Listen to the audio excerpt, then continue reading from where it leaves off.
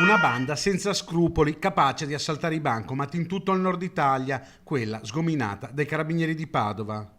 Sono 9 le persone fermate dagli uomini dell'arma, ognuna con un compito distinto e ben definito nella banda, con a capo Mike Gabrieli, 43 anni, coinvolto nel 2005 nella rapina ad Abano Terme, costata la vita al gioielliere Gianfranco Piras, delitto per il quale ha scontato 13 anni di carcere uscendo nel 2018. Privati attraverso una serie di attività sia sui soggetti che adesso questa mattina sono stati arrestati e sia facendo uno screening delle autovetture che nel Triveneto di volta in volta venivano rubate e che avevano determinate caratteristiche.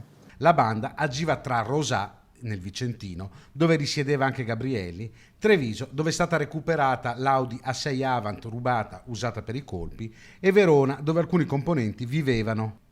3 gli assalti al bancomat tra Padova e Vicenza, contestati agli accusati. Utilizzavano queste autovetture potentissime e quindi non avevano alcuna remora a usarle ad altissima velocità e poi erano molto determinati, utilizzavano esplosivo con il quale hanno fatto dei danni molto ingenti in ogni postazione che hanno assaltato. La banda era solita usare un Audi A6, auto di grossa cilindrata, che poi veniva modificata da 2 meccanici vicentini, anche loro sottoposti ad obbligo di dimora. Gli arrestati stavano anche pianificando dei colpi all'estero. Programmavano di agire anche all'estero, però era in una fase ancora embrionale. Pensavano di poter operare sia in Francia che in Belgio.